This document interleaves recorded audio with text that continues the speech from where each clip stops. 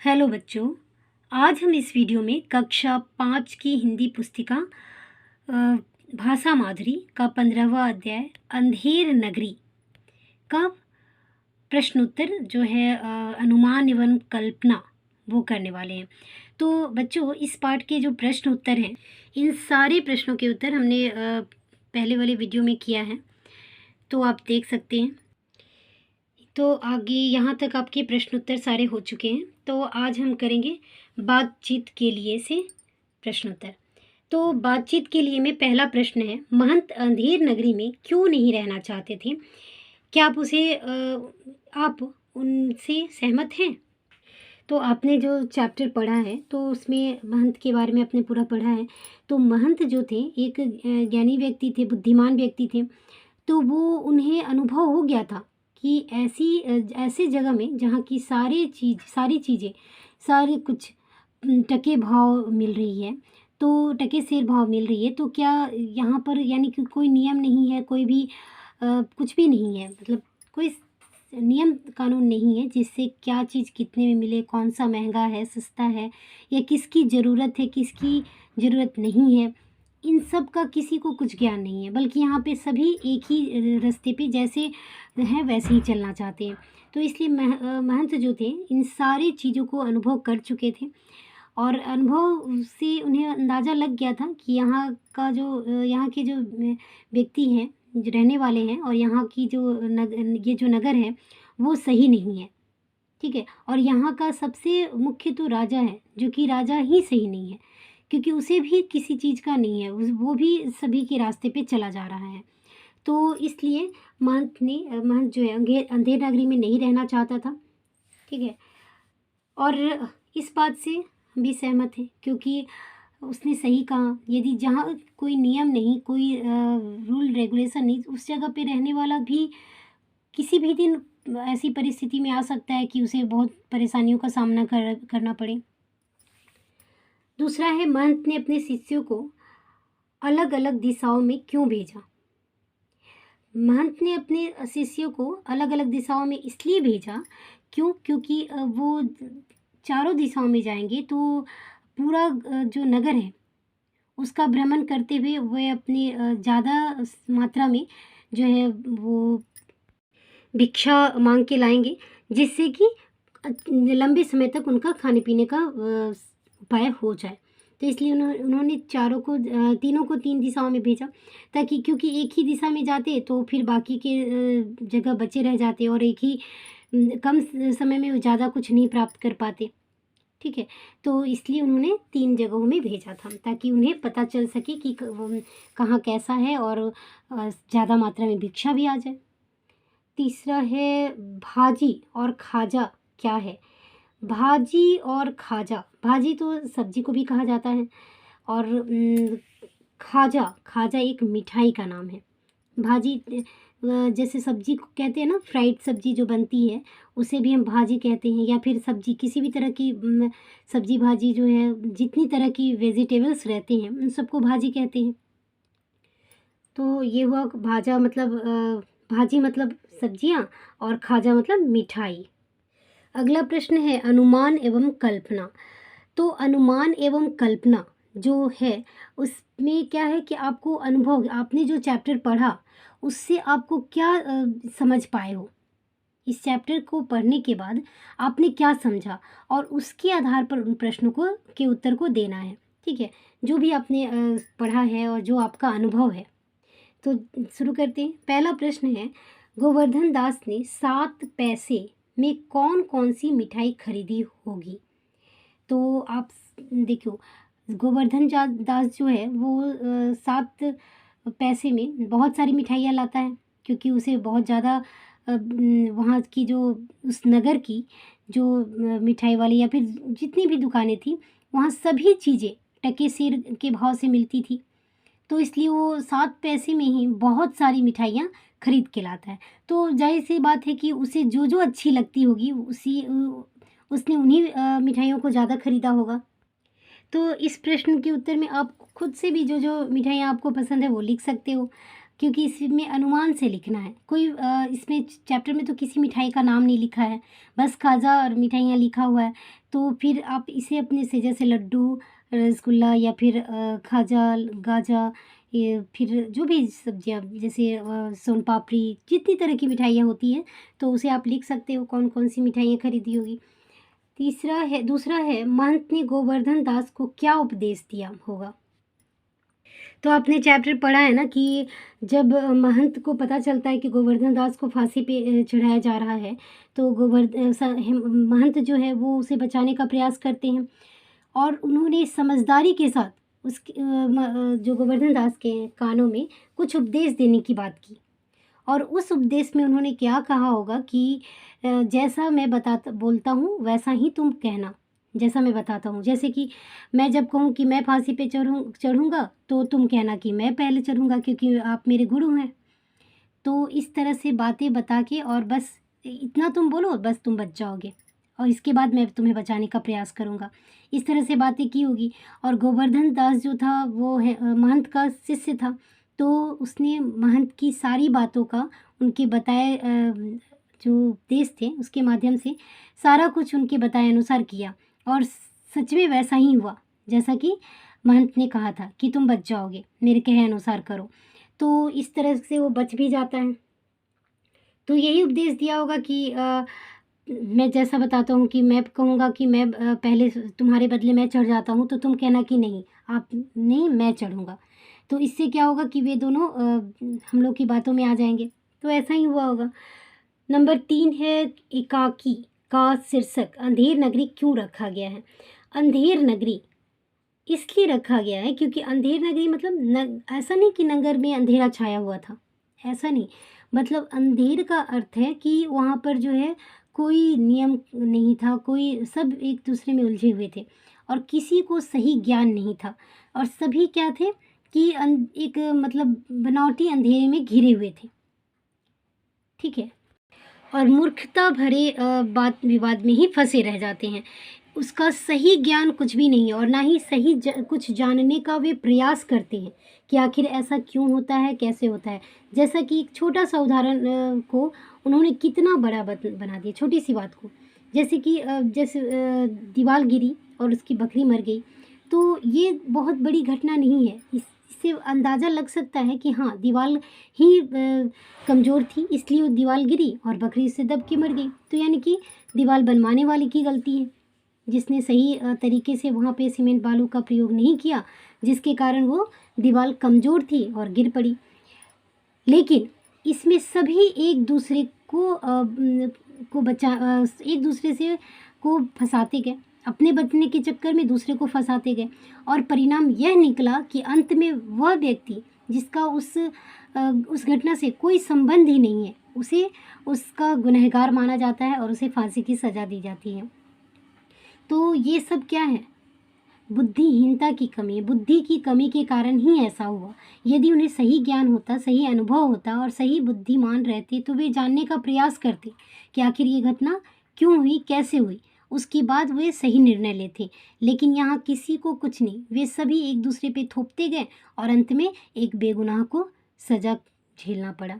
और अंत में ऐसा होता है कि जो राजा इस मतलब गुनाह के लिए सज़ा सुनाता है उसे ही इस सज़ा का हकदार बनना पड़ता है। तो इससे पता चलता है कि ये जो नगर था वो अंधेरे से माने विभिन्न तरह की आपसी मंजस में डूबा हुआ है कि बुद्धिमानी की कमी है, सही ज्ञान की कमी है, तो इसलिए इसे अंधेर नगरी का नाम दिया गया है। प्रश्न 4 है, आप इस एकांकी में के लिए कोई 2 शीर्षक बताइए, साथ ही यह भी बताइए कि ये शीर्षक क्यों चुने। इस एकांकी का एक नाम मूर्ख राजा भी रख सकते हैं क्योंकि ये सब जो घटनाएं हुई उसका मुख्य जिम्मेदार कौन था? राजा।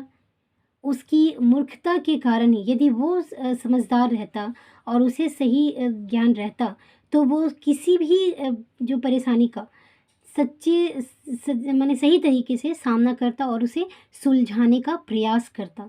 लेकिन उसकी मूर्खता ने, उस मूर्खता के कारण ही वह खुद ही सज़ा का हकदार भी बन जाता है। तो इस तरह से इस एकाकी का नाम मूर्ख राजा भी रखा जा सकता है। जैसा कि आप देखें कि एक दीवार गिरने के कारण उस घटना का गुनहगार को किसे ठहराया गया जो कि उस विषय में जानता ही नहीं और उसे कुछ पता नहीं, उसे ही गुनहगार ठहराया जाता है और अंत में उसकी सज़ा राजा को झेलनी पड़ती है। यदि राजा जो है सही न्याय करता और सही निर्णय लिया रहता तो ये कभी भी नहीं होता और एक सही गुनहगार को पूरी सज़ा मिलती। ठीक है, तो इस तरह से इन एकाकी का जो नाम है वो मूर्ख राजा भी हम रख सकते हैं। दूसरा है कि हम नाम रख सकते हैं उम, चालाक महंत या फिर ज्ञानी महंत। कैसे? क्योंकि आप सोच के देखिए, यदि महंत नहीं रहता तो ये सज़ा का हकदार कौन होता? गोवर्धन दास। ठीक है, तो महंत ने अपनी समझदारी और सूझबूझ से ऐसे माहौल को बना दिया जिससे कि जिसने सही जो गलत निर्णय लिया, जैसे राजा ने इस घटना का गलत निर्णय लिया कि एक गोवर्धन दास को सज़ा सुनाने की बात कही, तो ये गलत निर्णय था। तो महंत की चालाकी और सूझबूझ समझदारी के कारण ही महंत ने ऐसा वहाँ पे माहौल बनाया कि यह सज़ा जो है खुद राजा को ही मिली। क्यों? क्योंकि ये जो सारी घटना का असली गुनहगार जो है वो राजा है। क्योंकि राजा यदि चाहता तो उस सारी घटनाओं को अच्छी तरह से जानकर, समझकर, परख कर और तब सही निर्णय ले सकता था। लेकिन मूर्ख राजा के कारण ही ये सारी घटना हुई और हर कोई एक दूसरे के साथ फंसता चला गया। ठीक है, और इस फंसते चले जाने के कारण अंत में सज़ा किसे मिलनी थी? एक बेगुनाह को। तो महंत की बुद्धि का भी बहुत बड़ा इसमें घटना में समझ में आता है कि आपको देखो कि महंत ही नहीं, गोवर्धन दास को भी छुड़वाया और सज़ा किसे दिला दी? उस राजा को, क्योंकि राजा ही वहाँ का बुरा था। राजा यदि सही रहता तो उसकी प्रजा जो है इतनी उसे चालाकी नहीं दिखा पाती और एक दूसरे पे गुनाहों को नहीं थोपती जाती। ठीक है, तो इस तरह से ज्ञानी महंत या फिर चालाक महंत भी नाम रखा जा सकता है। अब आगे आते हैं भाषा की बात। नीचे दिए गए वाक्यों को पढ़िए।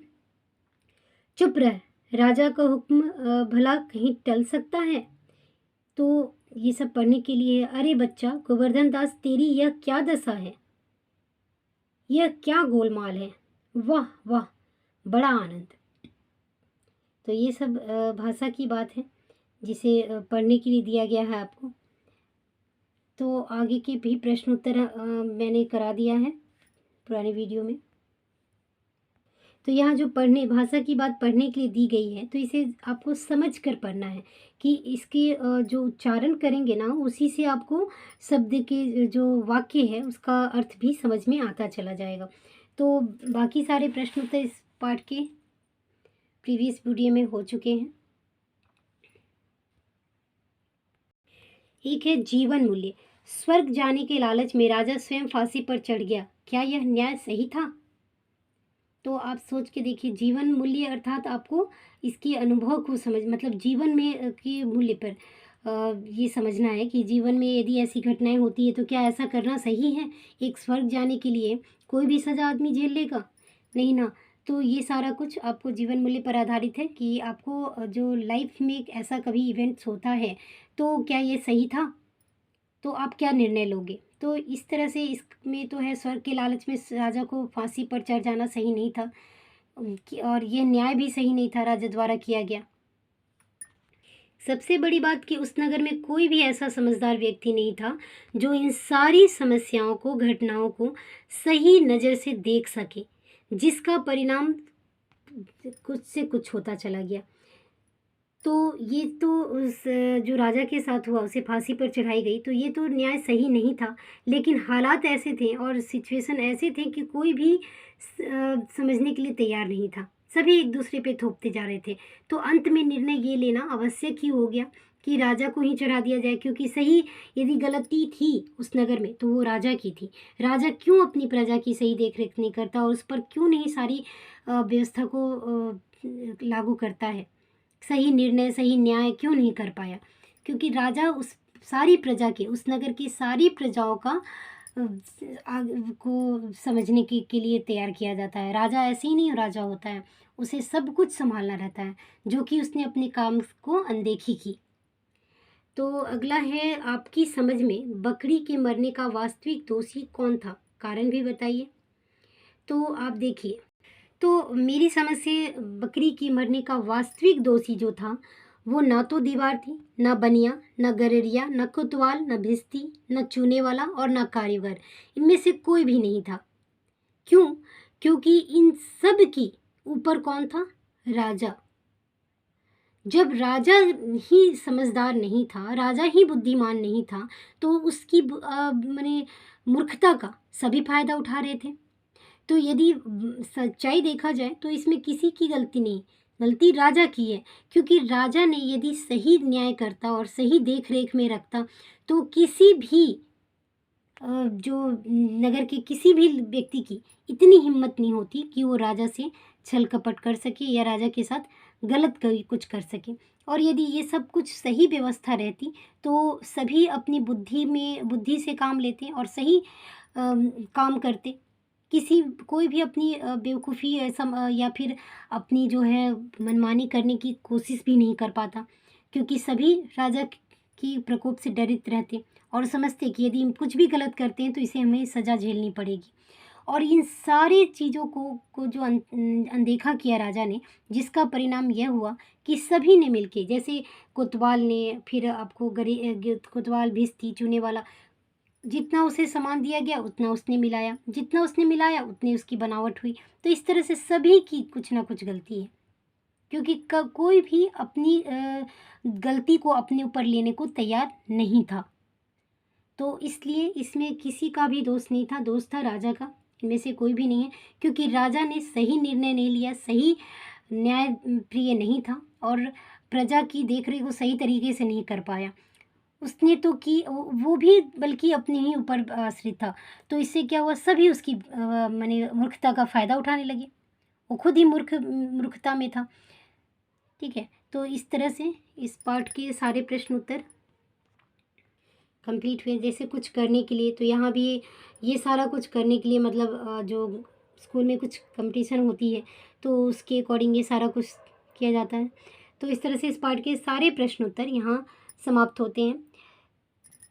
वैसे तो मैंने इस पाठ के सारे प्रश्न उत्तर को अपनी वीडियो में डाला था, लेकिन मेरे पास कमेंट्स आए थे कि मैम आप अनुमान एवं कल्पना, फिर भाषा की बात, इन सारे प्रश्नों के भी उत्तर बताइए। तो इसलिए मैंने इस पाठ के इन सारे प्रश्नों के उत्तर को डालने का प्रयास किया है। तो ये सारे प्रश्न आपको बस अनुमान एवं कल्पना क्या है, आपको समझ होनी चाहिए कि आप क्या इसका जवाब होगा। ऐसा नहीं कि ये सारे प्रश्न उत्तर आपके एग्ज़ाम में आएंगे या फिर, लेकिन हाँ, आपको नॉलेज होना चाहिए कि आपने चैप्टर कितनी अच्छी तरीके से पढ़ा है। यदि आपने सही तरीके से चैप्टर पढ़ा है, तो ये सारे प्रश्नों के उत्तर आप खुद से बता पाओगे। ठीक है, वैसे तो इस पाठ के इस पुस्तक के यानी भाषा माधुरी की जो पुस्तक है, इसके सारे पाठ के प्रश्न उत्तर मैंने करवा दिया है। यदि आपको किसी भी पाठ में, किसी भी प्रश्न में कोई डाउट हो, तो आप कमेंट बॉक्स पे लिख सकते हैं। मैं कोशिश करूँगी कि उसका जवाब अवश्य दूँ। तो धन्यवाद बच्चों।